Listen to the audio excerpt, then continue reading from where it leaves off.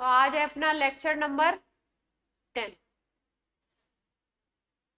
चलिए एक एग्जांपल दे रही हूँ जिसमें आप एलिमिनेशन प्रोडक्ट बना करके दिखाएंगे। कौन सा प्रोडक्ट सेटजेफ प्रोडक्ट होगा, कौन सा प्रोडक्ट हॉफमैन प्रोडक्ट होगा, और किसको आप बोलोगे मेजर, किसको बोलोगे माइनर। तो एक रिएक्ट इस तरीके से दे रखा है।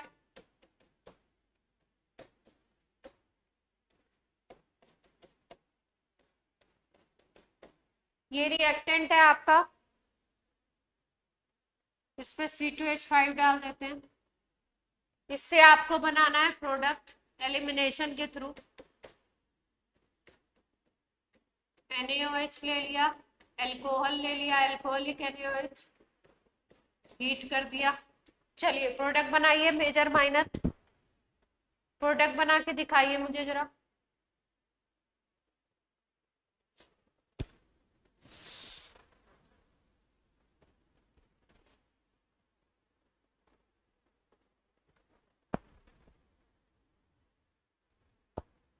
सबने क्वेश्चन सुन लिया है?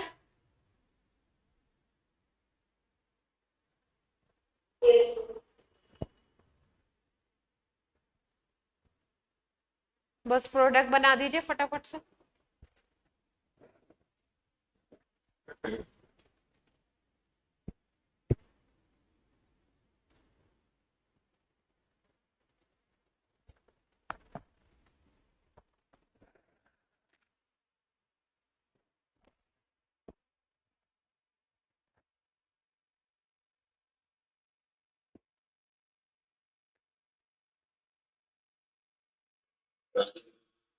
बना लिया? चेक करिएगा आंसर। ये अल्फा कार्बन है, ये बीटा कार्बन है। बीटा कार्बन से हाइड्रोजन चला जाएगा,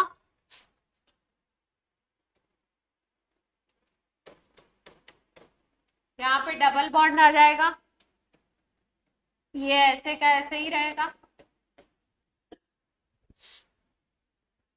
एक और प्रोडक्ट बनेगा, ध्यान, कौन सा बना सकते हैं? एक बीटा कार्बन ये है, तो एक बीटा कार्बन इसको भी ले सकते हैं हम लोग। तो यहां से प्रोडक्ट बना दें अगर,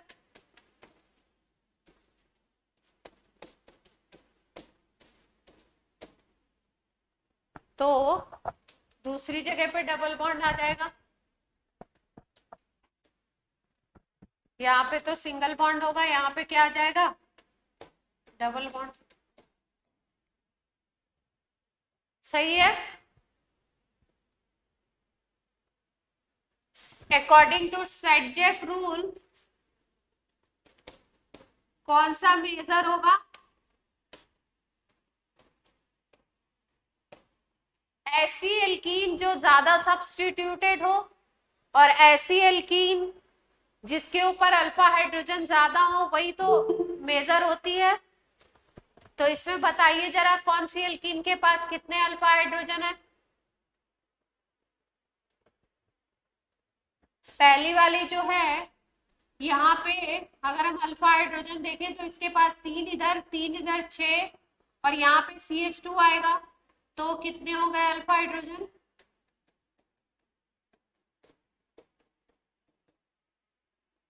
8 अल्फा H हो गए।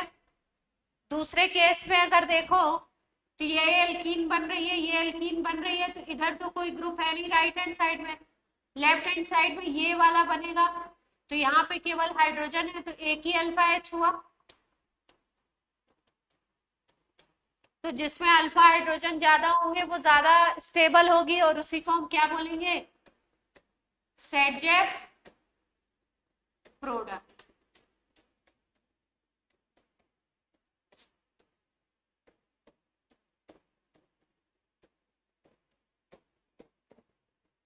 और ये वाली क्या होगी? इसको बोलेंगे हॉफमैन प्रोडक्ट। ये लेस स्टेबल होगा। नीचे वाले को माइनर बोलेंगे प्रोडक्ट और ऊपर वाले को बोलेंगे मेजर। ये पॉइंट सबको क्लियर है? पहले भी कर चुके हैं हम लोग।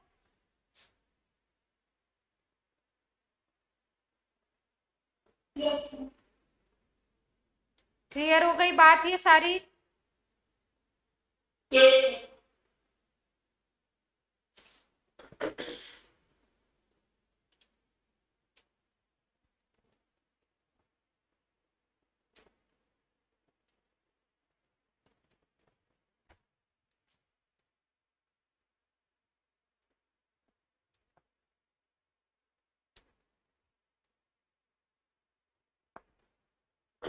अब देखो, जैसे मान लीजिए E2 एलिमिनेशन की बात कर रहे हो, तो लास्ट क्लास में मैंने कुछ बेसिस बताए थे। जैसे आपको बताया था मैंने, बेसिस कौन कौन से बताए थे?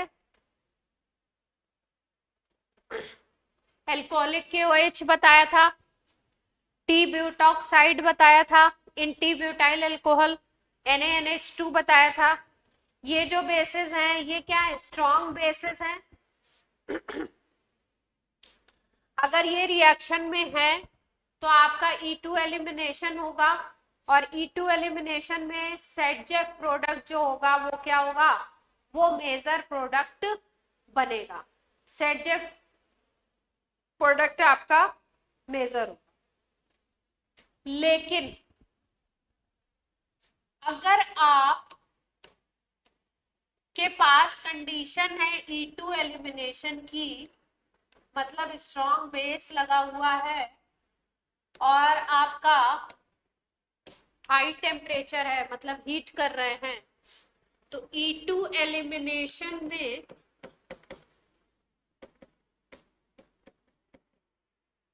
कुछ कंडीशन ऐसी भी होती है जिसमें आपका हॉफमैन प्रोडक्ट मेजर प्रोडक्ट बनता है। इसमें देख लीजिए कि कौन कौन से बेस होते हैं E2 एलिमिनेशन में। When Hoffman product is major product, मतलब जो लेस स्टेबल है उसकी बात कर रहे हैं, वो मेजर बन रहा है। ऐसे जो केसेस हैं वो हैं आपके, अगर आप ले लेते हो बल्की बेस, बेस आपका हो जाए बल्की। बल्की का मतलब है बहुत, उसमें एल्काइल ग्रुप बड़े बड़े लगे हुए हैं, हैवी हो गया। जब बेस होगा हैवी, हैवी का मतलब लार्ज साइज्ड एल्काइल ग्रुप अगर अटैच हो,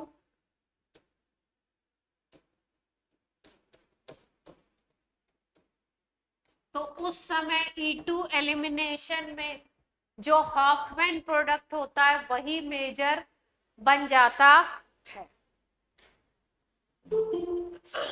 अगर ध्यान से देखो तो इसमें एक लिस्ट ऑफ बेस है जिसमें इस तरीके का केस हमको देखने को मिले। कौन कौन से हैं देखिए। एक बेस है जो एग्जाम में बहुत पूछा जाता है, बोलते हैं LDA। इस बेस को बोलते हैं LDA, lithium di isopropyl amide. नाम है lithium di isopropyl amide, LDA। अगर स्ट्रक्चर लिखा होगा तो इस तरीके से बनेगा स्ट्रक्चर इसका।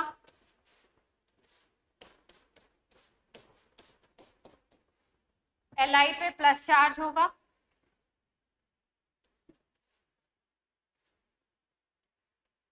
ये आइसोप्रोपाइल ग्रुप इधर भी लगा हुआ है, इधर भी लगा हुआ है, तो लिथियम डाई ऐसा आइसोप्रोपाइल एमाइड का स्ट्रक्चर है ये अगर ग्रुप है, ये अगर बेस है तो बहुत बड़ा बेस है।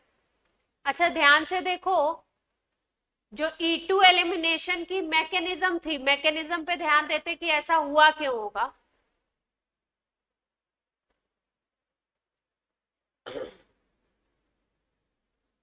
E2 एलिमिनेशन की जो हमने मैकेनिज्म लिखी, उसमें हमने बनाई थी ट्रांजिशन स्टेट। कहां गई? अच्छी सी ट्रांजिशन स्टेट बनाई थी ना, बेस अटैच हो रहा था,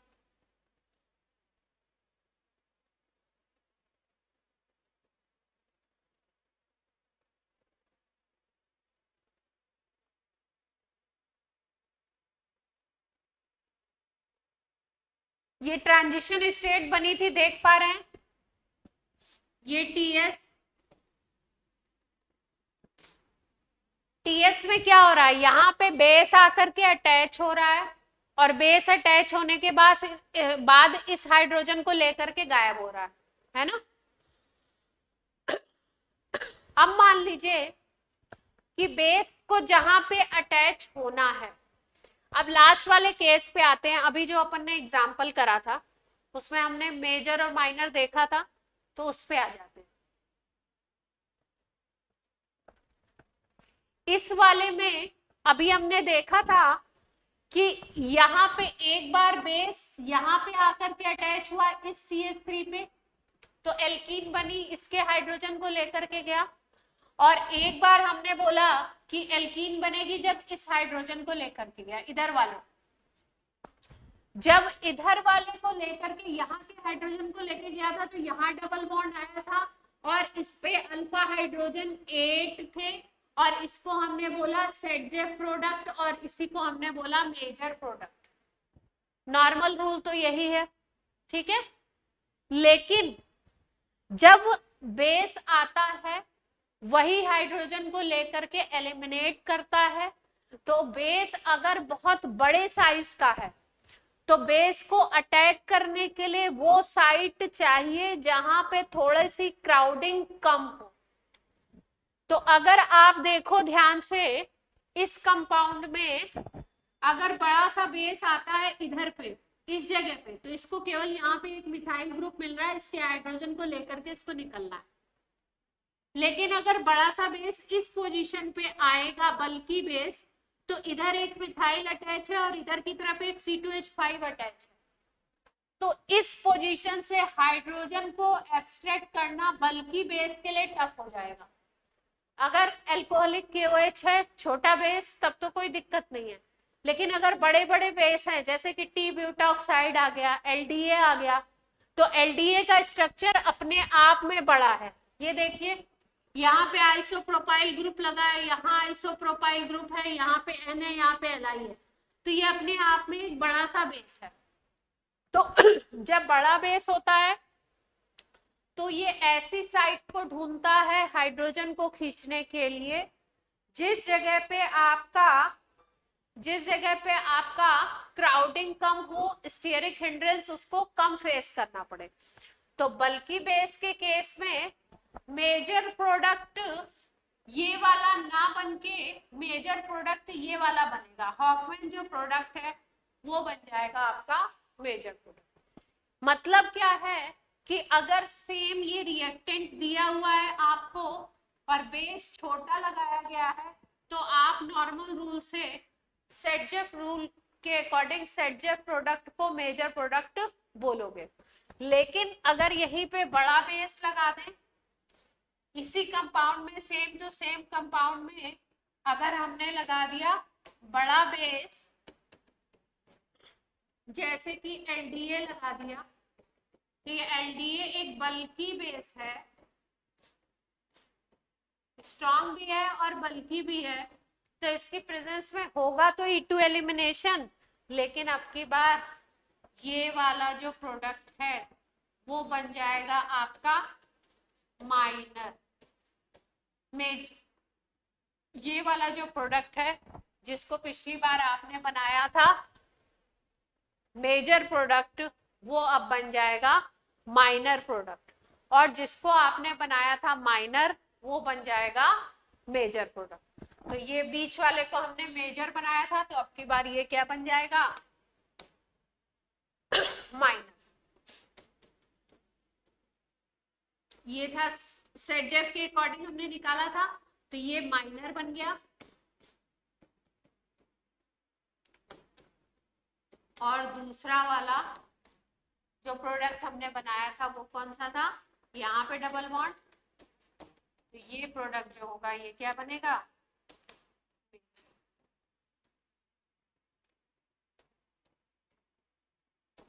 बात क्लियर है।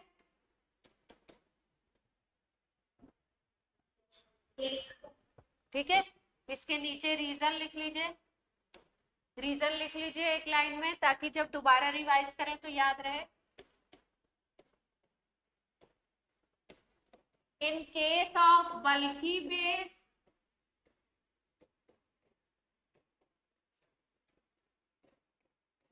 Base attack on that site where steric hindrance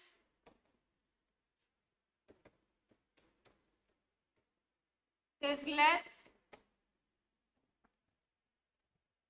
So in this case major product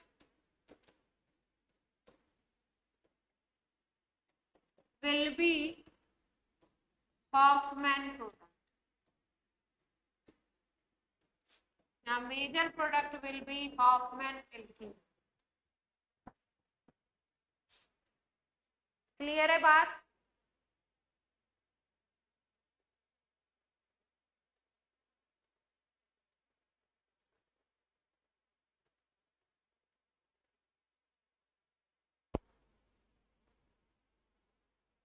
अब इसमें बल्कि वाले में बेस में आपको एक तो एलडीए बताया, और बल्कि बेस के एग्जांपल लिख लीजिए। बल्कि बेस में एक था आपका एलडीए, दूसरा बड़ा वाला ये टी ब्यूटॉक्साइड इन टी ब्यूटाइल अल्कोहल। ये स्पेशल केसेस हैं, तो आपसे स्पेशल नॉर्मल जो क्वेश्चन आएगा उसमें तो मिलने के कम चांसेस हैं, लेकिन स्पेशल केसेस में आपसे मिल सकते हैं। जैसे मान लीजिए आपके पास CH3 होल थ्राइस N दे रहे हैं, तो ये भी एक बेस है। ट्राई मिथाइल एमीन, 3 मिथाइल लगे हुए हैं बड़े बड़े। ट्राई इथाइल एमीन भी एक बेस है।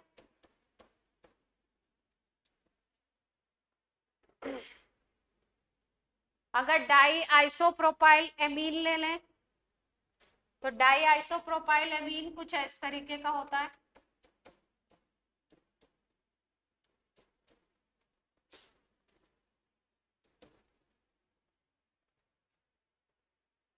डाई आइसोप्रोपाइल एमीन का स्ट्रक्चर बनाइए जरा, देखें आपको बनाने आ रहा है या नहीं।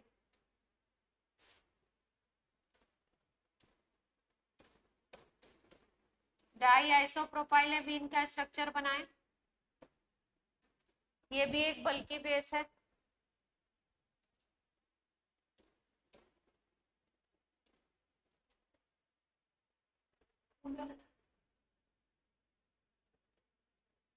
बना लिया बच्चों? Yes.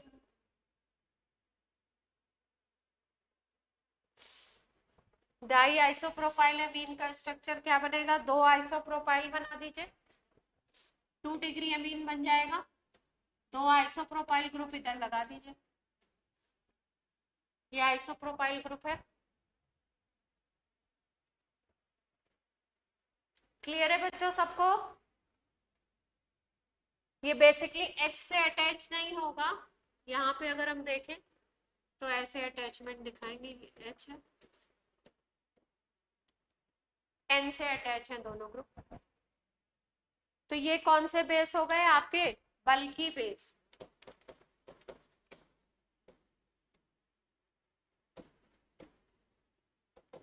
बल्कि बेस के केस में जो आप नॉर्मल सेट रूल से देख रहे थे, जिसको मेजर बना रहे थे उसको माइनर बना देंगे, और जिसको माइनर बना रहे थे वो कौन सा प्रोडक्ट बन जाएगा, मेजर।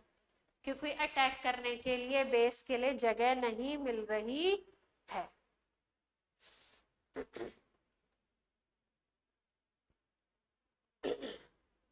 क्लियर है बात?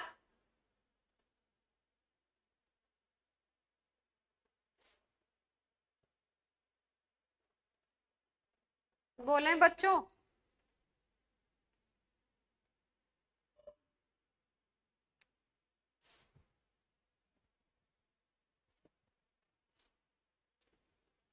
जैसे आपको ये जो क्वेश्चन है इसको कैसे बना के दे सकते हैं कि ये फिर एलडीए लगा दिया, अब दो एल्कीन बना दी और दोनों एल्कीन के परसेंटेज लिख दिए। एक बार इसका परसेंटेज ज्यादा लिख देंगे, एक बार इसका परसेंटेज कम लिख देंगे। एक ऑप्शन में इसका कम इसका ज्यादा, एक ऑप्शन में दोनों के परसेंटेज इक्वल लिख देंगे। तो क्योंकि एलडीए लगा हुआ है, बल्कि बेस है, तो जो आप सोच रहे थे सेटजेप के अकॉर्डिंग मेजर प्रोडक्ट, मेजर का मतलब परसेंटेज उसका हाई, तो जो आप सोच रहे थे उसका जस्ट अपोजिट कर दीजिए। जस्ट अपोजिट करेंगे तो जो आपका सेटजेप प्रोडक्ट है वो माइनर हो जाएगा, मतलब उसका परसेंटेज कम होना चाहिए और इसका परसेंटेज ज्यादा होना चाहिए। तो ऑप्शन आपको इस तरीके से भी मिल सकते हैं। माइनर लिख दिया तो वही समझ आ गया, ये लेस परसेंटेज हो गया और ये क्या हो गया। क्वेश्चन की फ्रेमिंग अलग अलग तरीके से हो सकती है।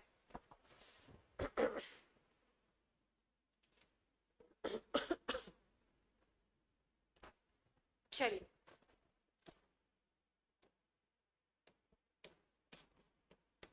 एक क्वेश्चन करके बताइए। यहाँ पे हमने लगाया CH3 और इसी पे लगा दिया है ब्रोमीन। एक बार यहाँ पे हम लगा रहे हैं MENH2 बेस और हीट कर रहे हैं, और एक बार हम लगा रहे हैं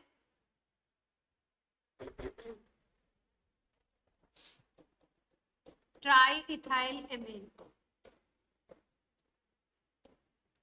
प्रोडक्ट बनाने की कोशिश कीजिए, मेजर प्रोडक्ट बनाना है आपको। राइट मेजर प्रोडक्ट, सब लोग ट्राई कीजिए, नहीं आएगा तो मैं बताऊंगी, आप चिंता ना करें।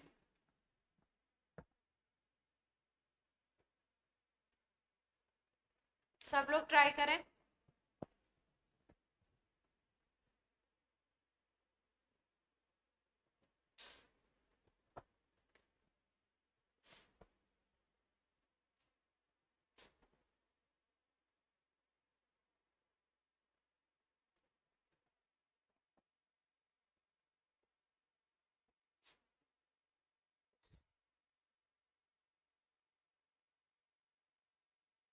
कनिष्का बना रहे हैं, पहला आंसर आपका आना चाहिए।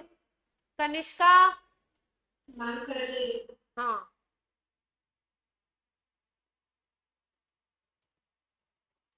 मेजर प्रोडक्ट का फॉर्मूला बना के आईपीएससी नेम लिख के बोलो।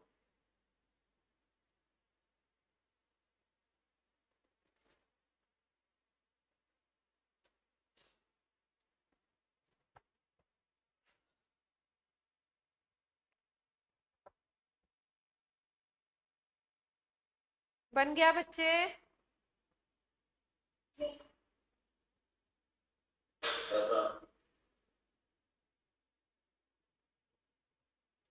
और किसी का नहीं बना?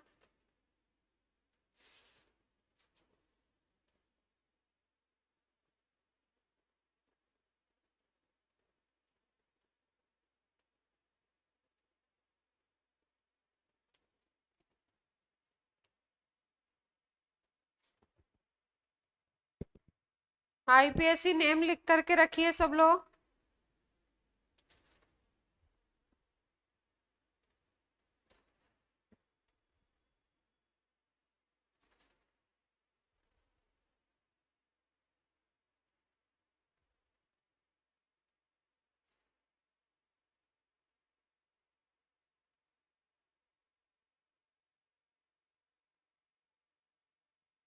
चलिए मैं बना के दिखाती हूँ।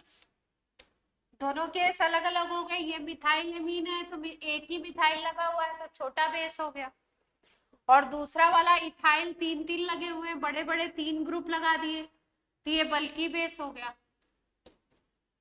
अब आपको आराम से प्रोडक्ट बनाने में कोई दिक्कत नहीं आएगी। ये बल्कि बेस है, ये स्मॉल बेस कह सकते हैं। तो स्मॉल बेस है तो नॉर्मल रूल से चलेगा। यहाँ पे आपका है, ये अल्फा कार्बन है, ये बीटा होगा और ये वाला बीटा बन जाएगा। इधर वाला भी बीटा है, सेम ही बात है, इसको बीटा ले लो या इसको ले लो। तो अगर इधर से बनाते हो दो प्रोडक्ट बनेंगे। ये क्योंकि छोटा बेस है तो सेट-जेफ रूल से चलेंगे, मेजर सेट-जेफ के अकॉर्डिंग बोलेंगे। तो एक प्रोडक्ट यहाँ से ब्रोमीन, यहाँ से हाइड्रोजन, एक प्रोडक्ट ये बन गया, और दूसरा प्रोडक्ट आपका बन जाएगा, यहां से निकाल दीजिए हाइड्रोजन, यही बनेगा। अब इधर वाले अगर प्रोडक्ट को, इस प्रोडक्ट को अगर देखें तो इस प्रोडक्ट में अल्फा हाइड्रोजन यहाँ पे 3, यहाँ पे 2, और इधर पे अगर देखेंगे तो कितने हो जाएंगे 2। तो कितने अल्फा हाइड्रोजन दिखाई दे रहे हैं? 7 अल्फा एच हो गए। अगर इसमें देखें तो यहाँ पे 2, यहाँ पे 2, तो कितने हो गए? 4 अल्फा एच। तो अकॉर्डिंग टू रूल ये क्या हो जाएगा? सेट-जेफ, और ये हो जाएगा हॉफमैन। अब यहाँ नॉर्मल चल रहा है तो सेट-जेफ होगा मेजर, और ये हो जाएगा।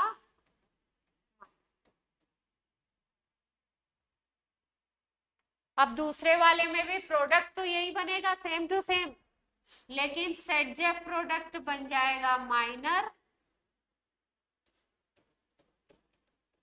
सेट-जेफ को आप क्या लिखोगे?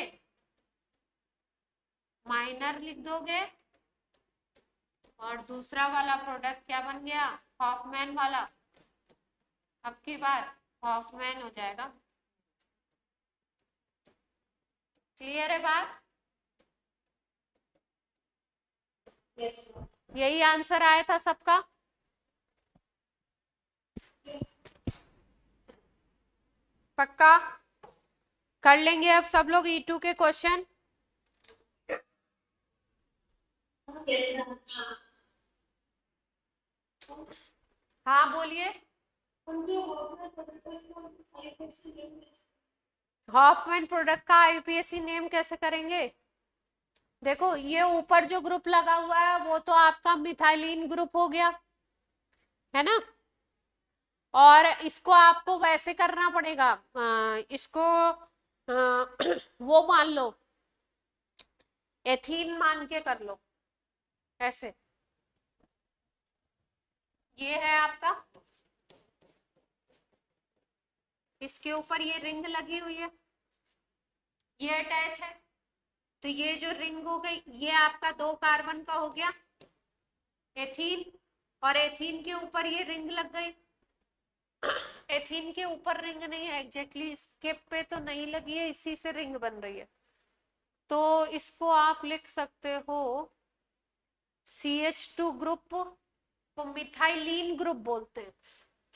ये जो ग्रुप है ना इसको बोलते हैं मिथाइलिन।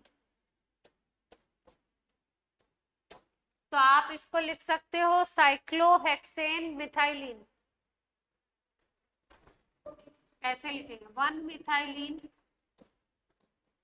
साइक्लोहेक्सेन, क्योंकि वैसे तो ये 6 कार्बन का एल्केन है ना, उसके ऊपर ये मिथाइलिन लग गया।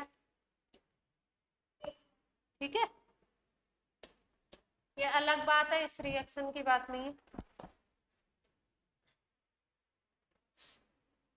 चलें अब करें E1 एलिमिनेशन। E1 की बात, हाँ नोट कर लीजिए।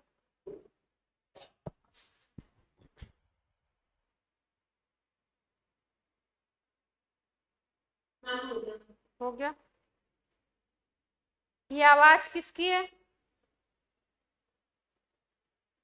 अनुष।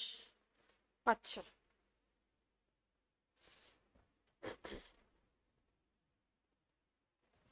चलिए E1 की बात करते हैं।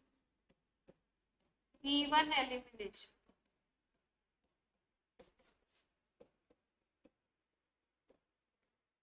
जैसा कि आपको नाम से पता लग रहा है, वहां पे बाई मॉलिक्यूलर बोलते थे, यहाँ पे क्या बोलेंगे?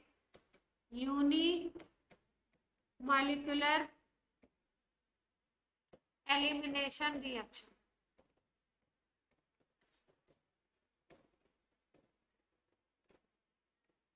वहां पे जो रेट था, रेट ऑफ रिएक्शन था, वो डिपेंड कर रहा था किसके किसके ऊपर? एल्काइल हैलाइड के ऊपर भी डिपेंड कर रहा था और बेस के ऊपर भी डिपेंड कर रहा था, दोनों के ऊपर रेट डिपेंडेंसी थी। यहाँ पे जो रेट होगा वो केवल और केवल एल्काइल हैलाइड के ऊपर डिपेंड करेगा। Rate depends on alkyl halide, इसीलिए हमने इसको बोला यूनी मॉलिक्यूलर एलिमिनेशन रिएक्शन, और इसका ऑर्डर होगा 1। इसका ऑर्डर क्या हो जाएगा? 1।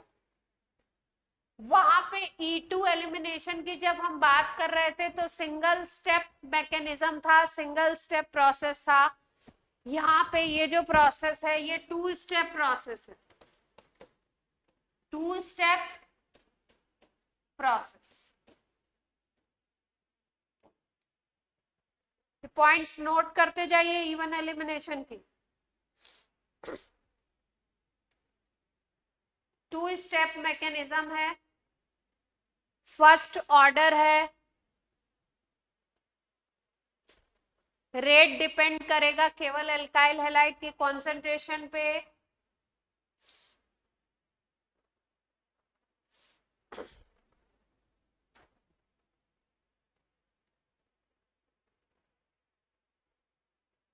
रिएक्शन में कार्बोकैटायन फॉर्मेशन होगा, कार्बोकैटायन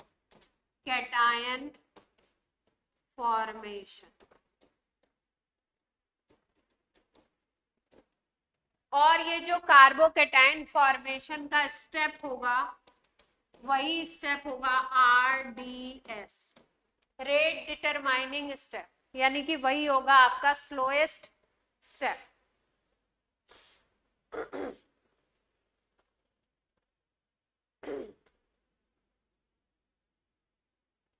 बनाते हैं रिएक्शन का एग्जांपल लेकर के।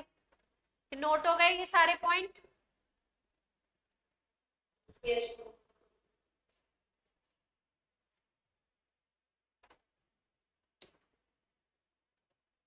जैसे मान लो ये 2 कार्बन है, इसके ऊपर एक के ऊपर X लगा हुआ है, एक के ऊपर हाइड्रोजन। यहाँ पे और ग्रुप अटैच है, इसके ऊपर रिएक्शन हो रही है बेस की। अच्छा, क्योंकि हमने बोला रिएक्शन में कि रेट एल्काइल हैलाइड की कॉन्सेंट्रेशन के ऊपर डिपेंड करेगा, इसका मतलब यहाँ पे आप बेस, केवल आपके पास बेस होना चाहिए, वो अगर वीक बेस होगा तो भी रिएक्शन हो सकती है। तो यानी कि यहाँ पे हमें स्ट्रॉन्ग बेस एसेंशियल नहीं है, यहाँ पे आप वीक बेस के केस में भी काम चला सकते हो, क्योंकि बेस की कॉन्सेंट्रेशन के ऊपर डिपेंड नहीं कर रहा है रिएक्शन का रेट। तो आप आराम से कोई वीक बेस लेकर के यहाँ पे अपना काम बना सकते हो और रिएक्शन आसानी से हो जाएगी। तो अगर आपने यहाँ पे वीक बेस ले लिया, एलिमिनेशन कराना चाहते हैं, तो सबसे जो पहला स्टेप है उस पहले स्टेप में ये हेलोजन रिमूव होता है। फर्स्ट स्टेप में हो जाएगा रिमूवल ऑफ हेलोजन, या आप कह सकते हो कि removal of leaving group, halogen यहाँ पे लीविंग ग्रुप की तरह काम कर रहा है, निकल रहा है, तो रिमूवल ऑफ Lg होगा पहले स्टेप में। जैसे ही रिमूवल ऑफ Lg होगा, यहाँ पे डेवलप हो जाएगा आपका पॉजिटिव चार्ज, कार्बोकैटायन बन जाए, और यही स्टेप है आपका RDS, कार्बोकैटायन फॉर्मेशन होगा, RDS यही स्टेप है। यहाँ पे X माइनस अलग हो गया, लिविंग ग्रुप बाहर निकल गया। अब इसमें ये तो पहले स्टेप में हुआ, दूसरा जो स्टेप होता है उसमें बेस अटैक करता है, अटैक ऑफ बेस अब होगा। मतलब इसमें इस प्रोसेस में हड़बड़ी नहीं है, आराम से पहले लिविंग ग्रुप निकलेगा, बेस की प्रेजेंस में लिविंग ग्रुप निकल जाएगा और कार्बोकैटायन फॉर्मेशन हो जाएगा। आफ्टर दैट कार्बोकैटायन फॉर्मेशन के बाद आपका ये बेस आएगा और इस हाइड्रोजन को, बीटा हाइड्रोजन को एब्स्ट्रैक्ट करेगा। तो ये पोजीशन आपकी अल्फा है, ये पोजीशन बीटा है। अब बीटा पोजीशन से हाइड्रोजन को एलिमिनेट करने के लिए आ गया बेस, और इससे आकर के बेस अटैच हुआ। जब बेस के पास लोन पेयर ऑफ इलेक्ट्रॉन होंगे, ये हाइड्रोजन को अलग कर लेगा, और यहाँ पे जैसे यहाँ से हाइड्रोजन हटेगा, यहाँ पे तो चार्ज की कमी थी, हाइड्रोजन इस इलेक्ट्रॉन को दे करके निकलेगा, तो यहाँ पे ये डबल बॉन्ड, एल्कीन का फॉर्मेशन। क्लियर है बात इतनी?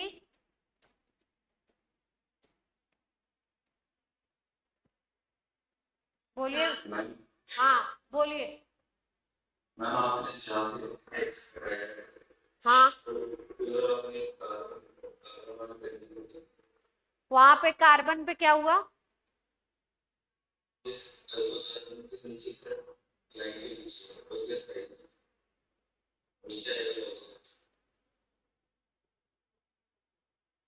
क्या कहना चाह रहे हैं तन्मय, कोई और बताओ।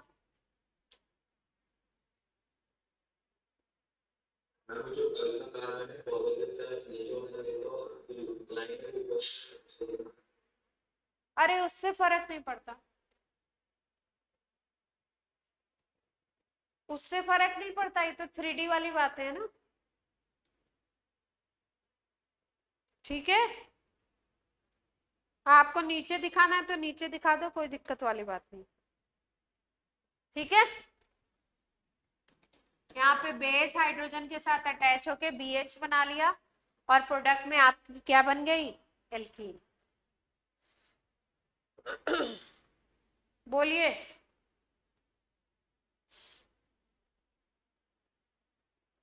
कोई दिक्कत यहाँ तक?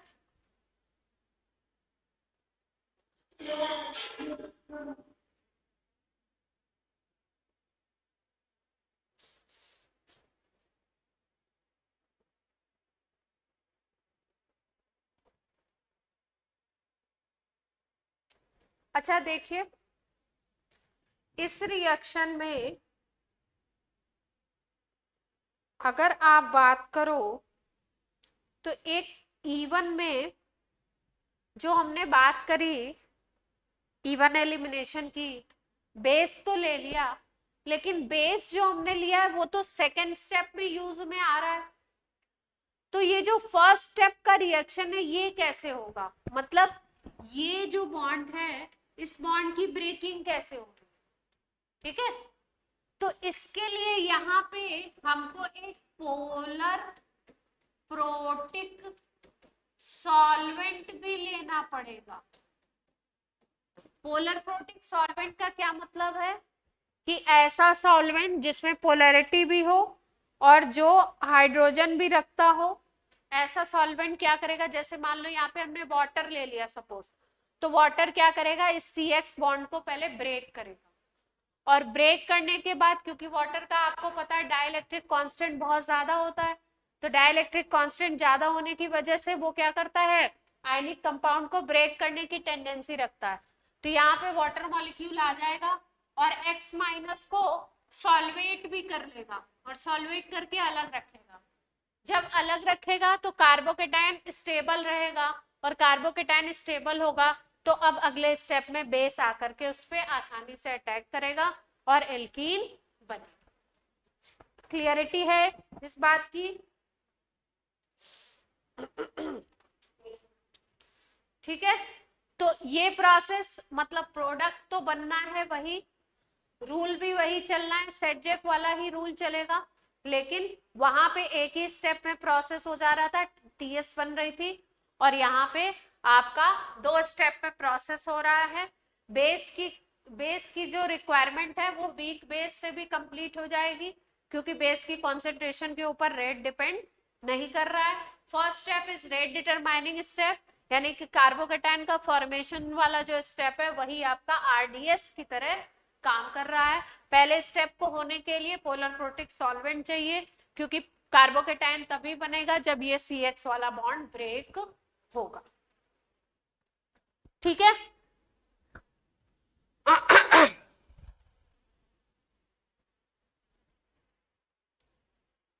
बोले बच्चों? ठीक, अब क्योंकि कार्बोकेटायन बन रहा है तो कार्बोकेटायन जहां पे भी बनता है वहां पे बात रीअरेंजमेंट की जरूर होती है, तो रीअरेंजमेंट की भी पॉसिबिलिटी है इवन एलिमिनेशन में, रीअरेंजमेंट की भी पॉसिबिलिटी हो सकती। अब इसके कुछ एग्जाम्पल कर लेते हैं हम लोग थोड़े से रीअरेंजमेंट के।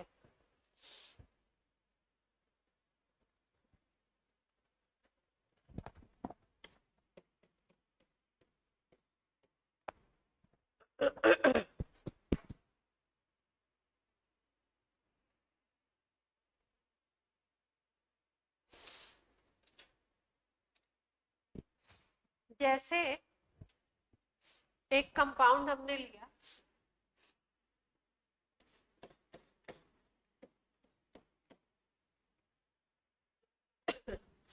तीन पीएच लगा दिए, पीएच का मतलब बेंजीन रिंग, फिनाइल ग्रुप लगाओ, 3 पीएच अटैच है,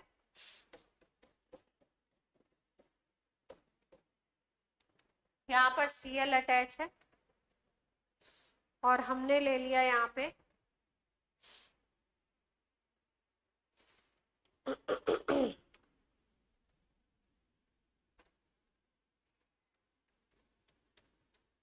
पोलर प्रोटिक सॉल्वेंट HCl ले लिया और हीट कर, हीटिंग जैसे ही दिखे आपको सोचना है कि एलिमिनेशन हो सकता है, टेम्परेचर अगर बढ़ेगा तो एलिमिनेशन की पॉसिबिलिटी है। अब अगर H+ की प्रेजेंस में इसको हीट कर रहे हो आप, तो CH और Cl वाला बॉन्ड टूटेगा। अब ये अगर बॉन्ड टूटता है तो ध्यान से देखिए, आपका बन जाएगा यहाँ पे कार्बोकेटायन, कार्बोकेटायन बन गया। अब इस कार्बोकेटायन को अगर देखो तो इसके इस तरफ एक कार्बन है और इस तरफ एक कार्बन है, यानी कि ये कैसा कार्बोकेटायन है, 2 डिग्री कार्बन।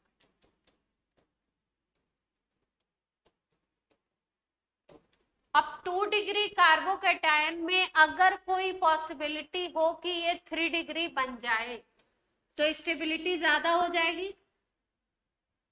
बोलिए बच्चों। Yes, ma'am. ठीक, और स्टेबिलिटी कैसे मिलती है, या तो 1,2 हाइड्राइड शिफ्ट कराइए, या तो 1,2 फिनाइल शिफ्ट कराइए, या तो 1,2 मिथाइल शिफ्ट कराइए,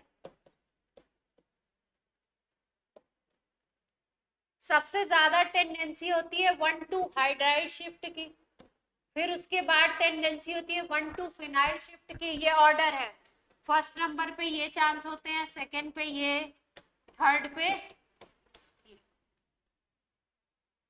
तो अगर बात करो इस केस में 1-2 की बात हो रही है, 1-2 का मतलब क्या होता है कि जो कार्बोकेटायन है उसको 1 पोजीशन दे दीजिए, उसके बगल वाली पोजीशन को आप बोल सकते हो सेकंड पोजीशन, उसके बगल वाली को क्या बोल सकते हो, सेकंड पोजीशन।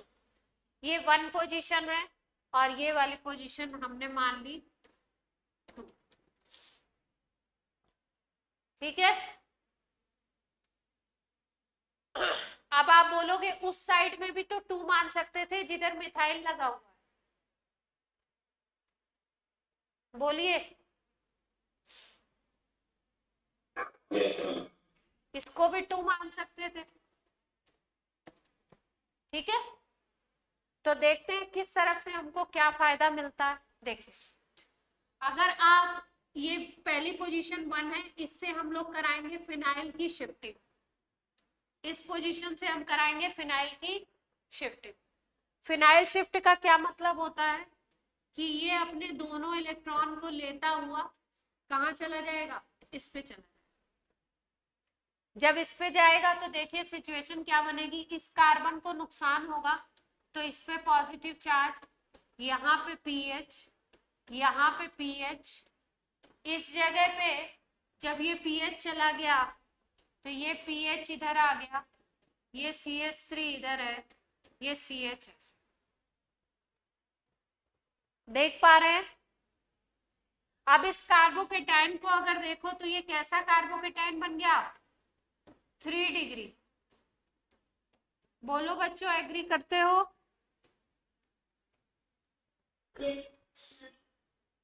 फिनाइल शिफ्ट का मतलब होता है पूरा पूरा फिनाइल या हाइड्राइड जो भी शिफ्ट होगी चीज, वो पूरा इस इलेक्ट्रॉन को लेकर के यहाँ पहुंच जाएगी, तो इलेक्ट्रॉन की कमी खत्म और पीएच आके जुड़ जाएगा बॉन्ड बना के। अब क्योंकि इस कार्बन को नुकसान हुआ तो इसमें पॉजिटिव चार्ज, तो कार्बोकेटाइन यहाँ बन जाएगा। ये कार्बोकेटाइन 3 डिग्री कार्बोकेटाइन है। और अगर ध्यान से देखें तो दो तरफ से फिनाइल की रिंग से, मतलब बेंजीन रिंग से जुड़ा हुआ है। बेंजीन रिंग के साथ अगर कार्बोकेटाइन बना होता है तो आपको पता होता है कि इसका स्टेबलाइजेशन ज्यादा होगा क्योंकि बेंजीन रिंग में रेजोनेंस होगा।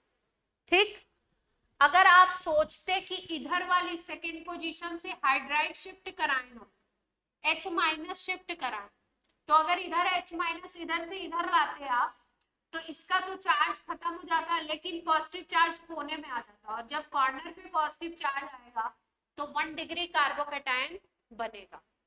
ये बात क्लियर है सबको कि उधर वाले 2 पोजीशन को क्यों नहीं लिया? अगर इधर से हाइड्रोजन को शिफ्ट कराओगे हाइड्राइड को, तो हाइड्रोजन तो यहाँ आ गया, इसका तो जो नुकसान पॉजिटिव चार्ज के फॉर्म में हो रहा था वो पूरा हो जाएगा, लेकिन पॉजिटिव चार्ज इस पे आ जाएगा, और यहाँ पॉजिटिव चार्ज का मतलब 1 डिग्री कार्बोकेटाइन, तो इधर फायदा नहीं अपने को, इधर की तरफ शिफ्टिंग में फायदा। ठीक है, तो ये बन गया आपका 3 डिग्री कार्बोकेटाइन। अब अगर इसके ऊपर कोई बेस आएगा तो इस हाइड्रोजन को निकालेगा और यहाँ पे क्रिएट हो जाएगा डबल बॉन्ड। इतनी बात क्लियर है?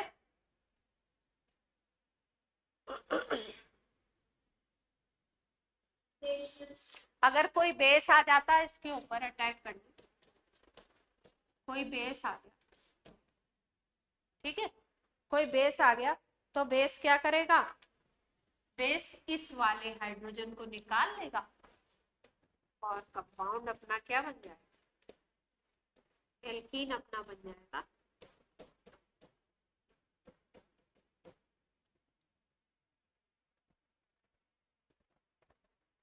क्लियर है?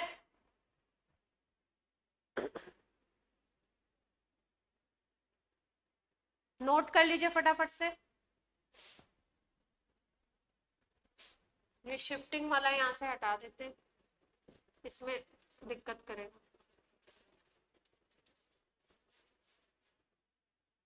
याद रखिए प्रायोरिटी में हाइड्राइड शिफ्ट कराते हैं, फिर अगर प्रायोरिटी लेनी है तो फिनाइल और फिर उसके बाद मिथाइल। बाकी अगर कहीं पे फिनाइल ही शिफ्ट, जैसे यहाँ पे फिनाइल शिफ्ट में फायदा था तो फायदा भी देखना पड़ेगा।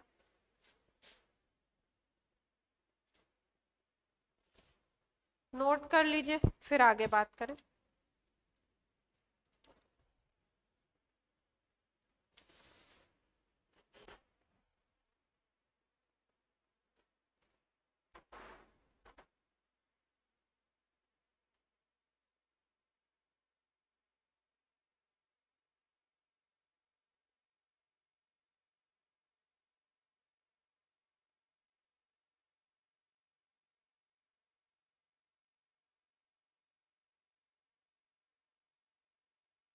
नोट हो गया बच्चों? Yes, ma'am. प्रोडक्ट बना लिया सबने?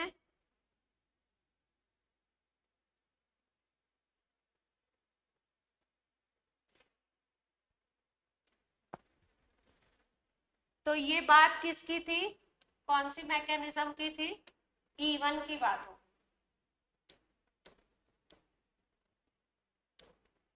अब बात करते हैं हम लोग, एक टाइप का और एलिमिनेशन है जिसको हम बोलते हैं E1 CB, कॉन्जुगेट बेस का इन्वॉल्वमेंट है इसमें।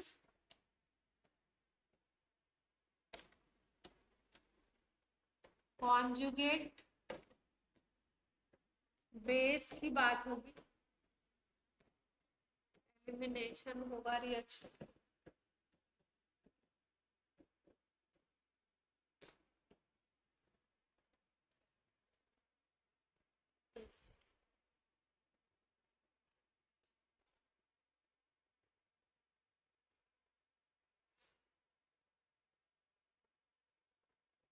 देखिए ये क्या है,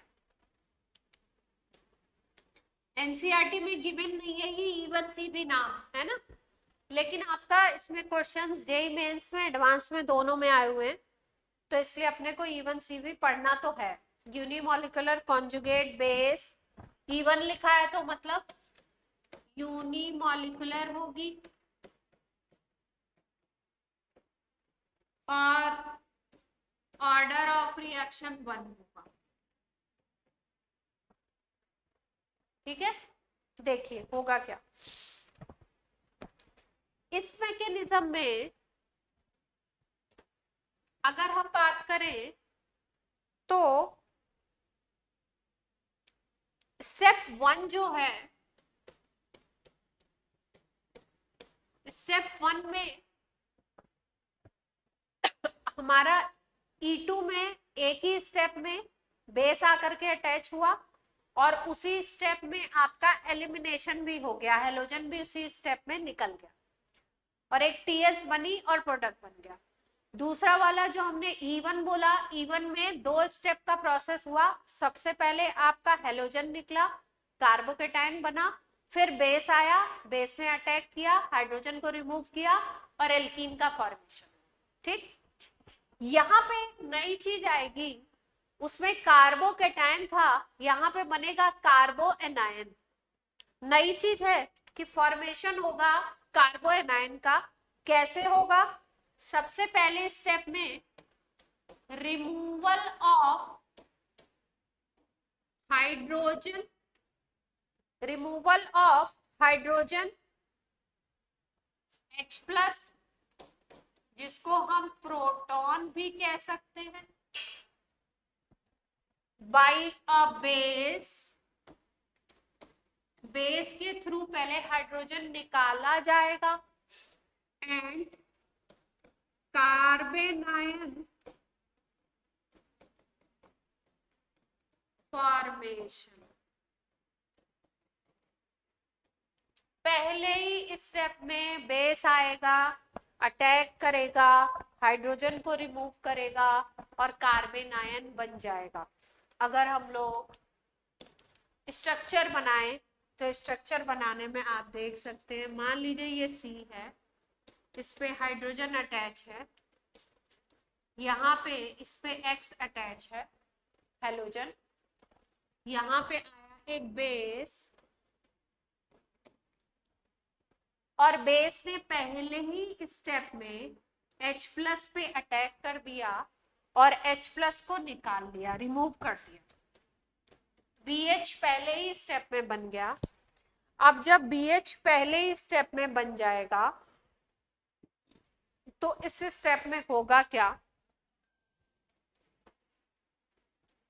C के ऊपर नेगेटिव चार्ज आएगा। ये नेगेटिव चार्ज क्यों आ रहा है, क्योंकि बेस के ऊपर भी इलेक्ट्रॉन होते हैं। बेस इलेक्ट्रॉन को लेकर के आया, हाइड्रोजन को H प्लस के फॉर्मेट में लेके गया। H प्लस के फॉर्मेट में अगर ले जाएगा तो 2 इलेक्ट्रॉन इस बॉन्ड के यहाँ पे है, जो बाद में इस कार्बन के ऊपर बच जाएंगे और वही फॉर्मेशन करेंगे कार्बन आयन का। ये बन गया कार्बन आयन। यहां तक की बात क्लियर है?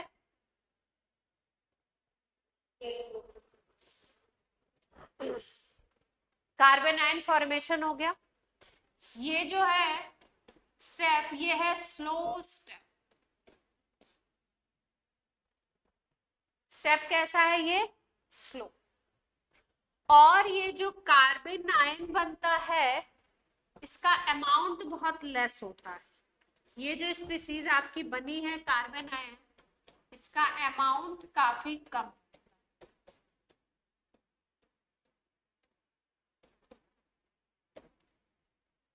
अब इसका नेक्स्ट स्टेप देखिए, सेकेंड स्टेप। सेकेंड स्टेप में ये जो आपका हेलोजन है ये निकलेगा। सेकेंड स्टेप में हेलोजन निकलेगा और हेलोजन के निकलने के बाद ये इधर से निकलेगा हेलोजन X माइनस के फॉर्मेट में, और ये इलेक्ट्रॉन फिर यहाँ पे आएंगे और डबल बॉन्ड क्रिएट करेंगे। तो सेकेंड स्टेप की अगर यहां तक नोट हो गया तो मैं नेक्स्ट स्लाइड पे मूव करूं।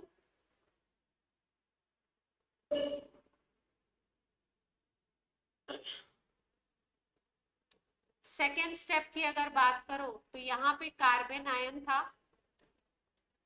यहाँ पे हेलोजन अटैच था, ये आपका अलग होगा, X माइनस के फॉर्मेट में अलग हो जाएगा और ये इलेक्ट्रॉन यहाँ पे आ जाएंगे और ये बना लेगा एल्कीन। ये बन जाएगी अपनी। अब इस रिएक्शन की क्या खास बात है कि ये वाला स्टेप स्लो स्टेप था, पहला स्टेप, पर ये जो दूसरा स्टेप हुआ है सेकेंड स्टेप, जिसमें रिमूवल ऑफ X माइनस हुआ है, लिविंग ग्रुप हुआ है, ये वाला स्टेप वेरी वेरी स्लो, मतलब इसको स्लोएस्ट बोल सकते हो। तो आपको बताया है काइनेटिक्स में कि जो सबसे ज्यादा स्लोएस्ट स्टेप है वही क्या होगा, RDS, rate determining step.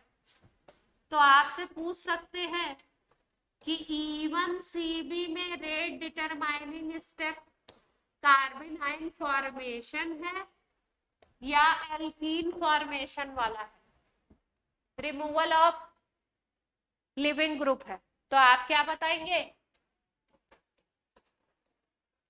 RDS इसमें removal of leaving group. Clear है बात? बोलिए बच्चे।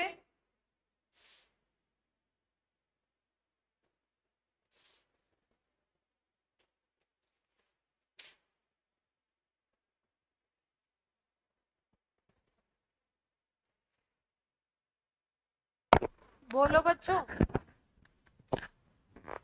Yes.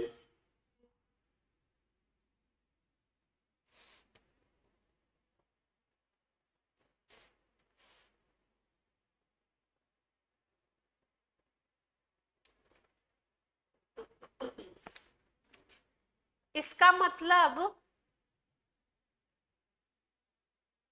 अगर आप देखें इस रिएक्शन को तो आप बोल सकते हैं कि E1 और E2 जब हो रहा था तो E1CB की जरूरत क्या थी? ये जो रिएक्शन था ये E1 और E2 से भी तो हो सकता था आराम से। रिमूवल जिस तरीके से हो रहा था सिंगल स्टेप में करवा लो तो E2 बोल दो, और अगर 2 स्टेप में करवाओ तो E1 बोल दो। तो ये क्यों हुआ, ये वाला रिएक्शन क्यों, E1 CB अलग मैकेनिज्म क्यों चला? देखिए, अगर हम लोग बात करें यहाँ पे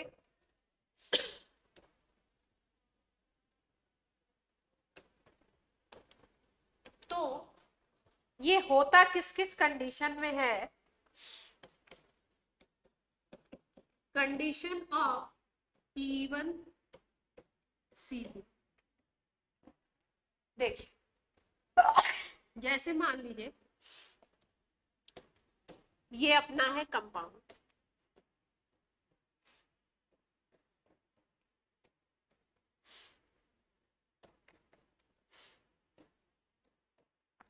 ये अपना कंपाउंड है, रिएक्शन हुई, इस पे बेस आया, बेस ने आकर के हाइड्रोजन को रिमूव किया और यहाँ पे बन गया हमारा कार्बन है। ये सिचुएशन है ना। अब देखिए, इस सिचुएशन में जब पहले स्टेप में बेस रिएक्ट करता है तो ये सिचुएशन आती कब है भाई? कार्बन आयन अगर बन रहा है तो कार्बन आयन अगर स्टेबल होगा तभी तो रिएक्शन अच्छी होगी। तो कार्बन आयन स्टेबल किस कंडीशन में होता है? जब ये अल्फा पोजीशन है, ये बीटा पोजीशन है, इस बीटा पोजीशन पे कोई ऐसा ग्रुप अटैच हो जो इलेक्ट्रॉन खींचने वाला हो, मतलब बीटा पोजीशन पर अगर कोई इलेक्ट्रॉन विड्रॉइंग ग्रुप अटैच होता है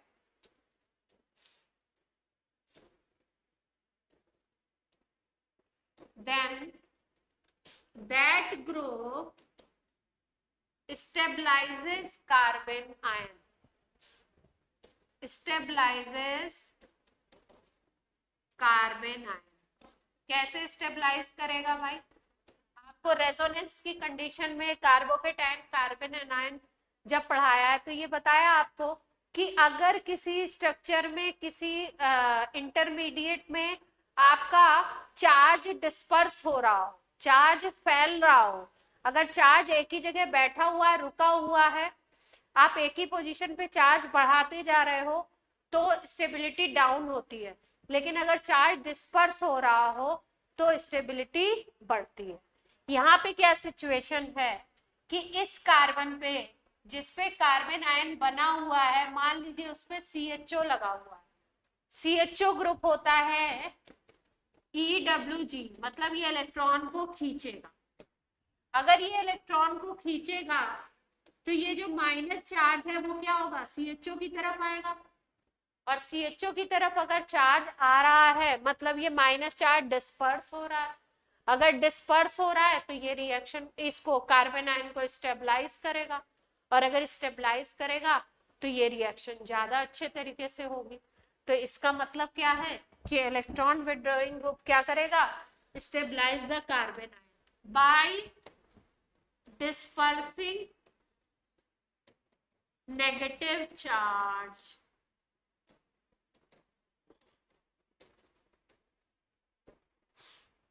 क्लियर है बात?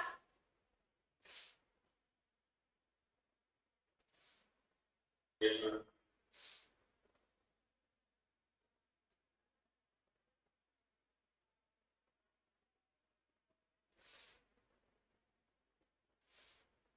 यहां तक की बात क्लियर है बच्चे? अब ध्यान से सुनिए कि इस रिएक्शन में एक टर्म यूज किया गया है कॉन्जुगेट बेस। वो क्यों यूज किया गया? जैसे मान लीजिए कि ये एक एसिड है HCl, ये एसिड है, एसिड को जब आप तोड़ते हो, एसिड से H+ निकाल करके जब माइनस वाला एनायन बना देते हो तो इस एनायन को बोलते हैं इस एसिड का कॉन्जुगेट बेस। ये इक्विलिब्रियम वाले चैप्टर में हम पढ़ते हैं आयनिक इक्विलिब्रियम। एसिड से जब H प्लस निकालते हो तो बाकी बचा हुआ जो माइनस आयन होता है, एनायन होता है, उसको हम बोलते हैं कॉन्जुगेट बेस।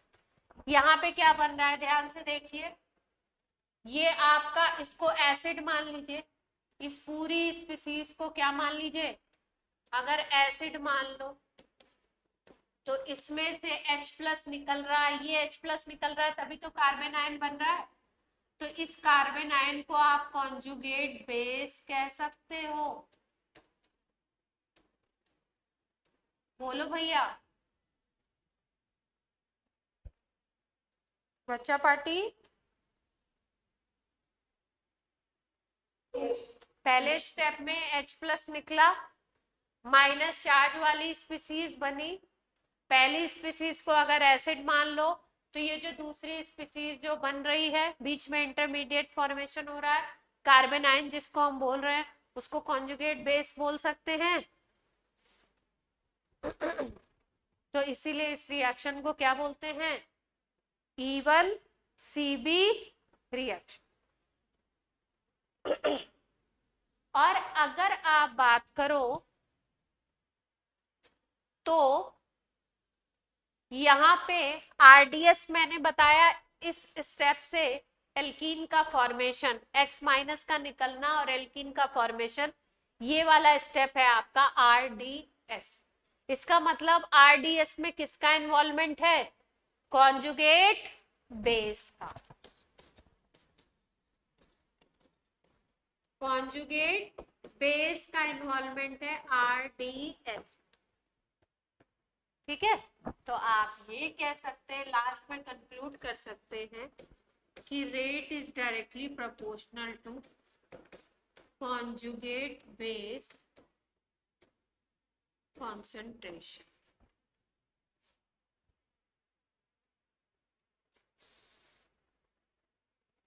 ठीक है भाई,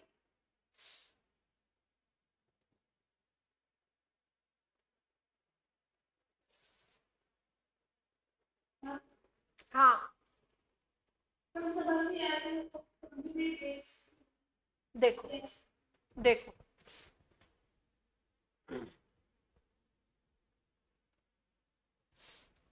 पहले स्टेप में क्या हुआ, ये अपना हेलो एल्केन था, हेलो एल्केन से हाइड्रोजन H प्लस निकला, बेस आया इसके पास, बेस के पास इलेक्ट्रॉन थे, H प्लस निकाल दिया। अगर ये स्पीसीज को आप एसिड मानते हो, इसमें H प्लस है तो इसको एसिड कह सकते हो। ये पहली स्पीसीज अगर एसिड है, इससे H प्लस निकल गया, तो ये वाली जो स्पीसीज बनी H प्लस निकलने के बाद, जिसको हम कार्बन आयन बोल रहे हैं, इसको कॉन्जुगेट बेस कह सकते हैं।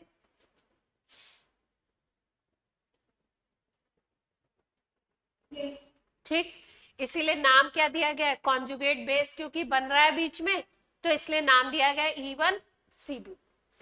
दूसरी चीज, रेट की अगर बात करो तो मैंने बोला कॉन्जुगेट बेस से ये X माइनस बन रहा है और एल्कीन बन रहा है, ये वाला स्टेप आरडीएस है। ये स्टेप आरडीएस है अगर, तो इसका मतलब इसके ऊपर रेट तो डिपेंड करेगा ही करेगा, कॉन्जुगेट बेस के ऊपर। ठीक है, तो इसलिए हमने क्या लिख दिया, rate is dependent on conjugate base. Clear है, तो पता कैसे लगेगा कि इसमें कार्बन आयन बनेगा? पता कैसे लगेगा कि इस पे कैसे कार्बन आयन बनेगा या क्या बनेगा, है ना। तो उसकी स्पेशल कंडीशन है, वो कंडीशन अब नोट करवा देती हूँ आपको, कि कब हमको E1CB फॉलो करना है, कब हमको E1 फॉलो करना है, कब हमको E2 फॉलो करना है। E1 के लिए वीक बेस होगा तो E1 फॉलो करेंगे, स्ट्रॉन्ग बेस होगा तो E2 फॉलो करेंगे। हाई टेम्परेचर सब में होना चाहिए, एलिमिनेशन में हीट का साइन होना चाहिए।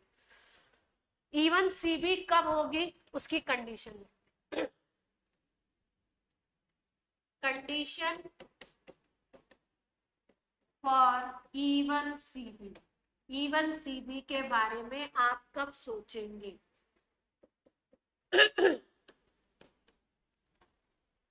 फर्स्ट कंडीशन,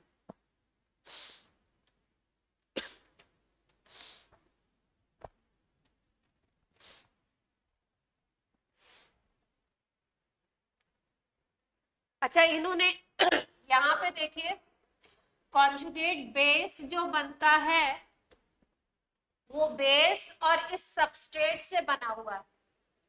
ये आपका सबस्ट्रेट था, ये बेस था, तो काइनेटिक्स की कोई इक्वेशन निकाल करके इन्होंने बताया कि काइनेटिक्स में ओवरऑल में जब हम देख रहे हैं तो कॉन्जुगेट बेस के ऊपर तो डिपेंड कर रहा है, लेकिन अगर कॉन्जुगेट बेस को तोड़ करके देख रहे हैं तो ये बेस के ऊपर भी डिपेंड कर रहा है रेट, और सबस्ट्रेट के ऊपर भी कर रहा है। मतलब क्या कर दी इन्होंने बात सीधे सीधे, इवन लिख करके ऑर्डर को क्या बता दिया, यहाँ पे हमने ऑर्डर 1 लिखवा दिया था ना इवन के हिसाब से, इवन के नाम के हिसाब से ऑर्डर होना चाहिए था 1, लेकिन ऑर्डर क्या होता है, ये करेक्शन मार लीजिए जरा। ओवरऑल में देखा कि बेस के ऊपर भी डिपेंड कर रहा है, सबस्ट्रेट के ऊपर भी डिपेंड कर रहा है।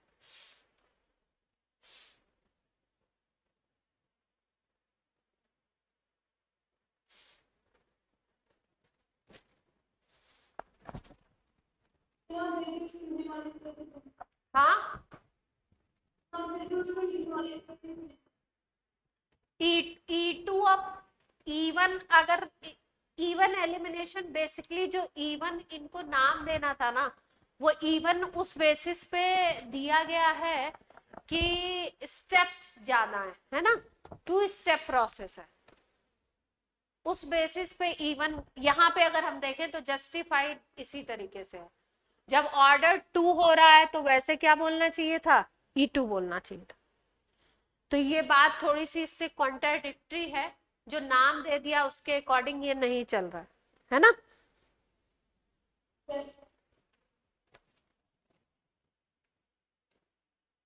अब कंडीशन लिख लेते हैं। पहली कंडीशन है अगर लिविंग ग्रुप बैड हो, अच्छा लिविंग ग्रुप नहीं है, बैड लिविंग ग्रुप अगर, मतलब उसके निकलने की टेंडेंसी कम है, जैसे F को बोलते हैं, फ्लोरीन को बोलते हैं बैड लिविंग ग्रुप, CN को बोलते हैं बैड लिविंग ग्रुप, OPH अगर कहीं पे लगा हुआ है तो उसको बोलते हैं बैड लिविंग ग्रुप, अगर OR है कहीं पे तो ये आते हैं बैड लिविंग ग्रुप की कंडीशन कैटेगरी में। मतलब ये अगर होंगे तो आपके चांसेस हैं E1CB होने के। बैड लिविंग ग्रुप, या इसी को बहुत सारी बुक्स पुअर लिविंग ग्रुप, अच्छे लिविंग ग्रुप जैसे I- हो गया, VR- हो गया, ये सब बहुत अच्छे लिविंग ग्रुप। तो एक कंडीशन तो ये है कि लिविंग ग्रुप किस तरीके का हो, बैड लिविंग ग्रुप हो, मतलब उसके निकलने की टेंडेंसी है नहीं, वो निकलना चाहता नहीं, ठीक है। अब दूसरी कंडीशन है, सेकेंड जो कंडीशन है वो प्राइम है, कि जो बीटा पोजीशन है उस पर कोई बीटा पोजीशन पे इलेक्ट्रॉन विड्रॉइंग ग्रुप लगाओ, बीटा पे कोई इलेक्ट्रॉन विड्रॉइंग ग्रुप अटैच हो। भाई बीटा पे अगर इलेक्ट्रॉन विड्रॉइंग ग्रुप होगा तो वही कार्बन आयन को और स्टेबलाइज करने की कोशिश करेगा, और ये भी एक E1CB की कंडीशन है।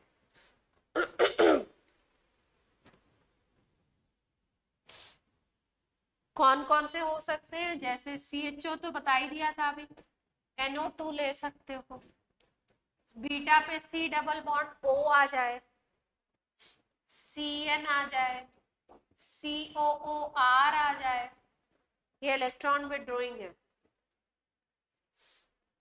SO2 AR हो जाए, ये ग्रुप इलेक्ट्रॉन को खींचेंगे।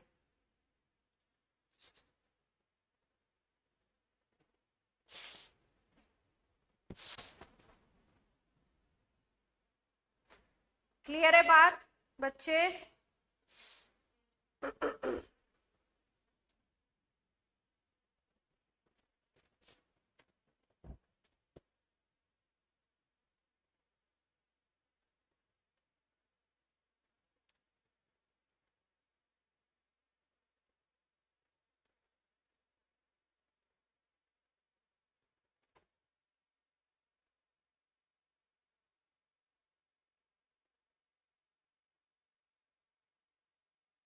इवन सीबी की भी बात खत्म हो गई।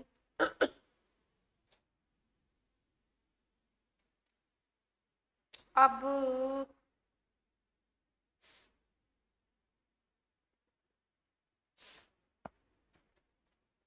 टाइम बताइए जरा, टाइम क्या हो?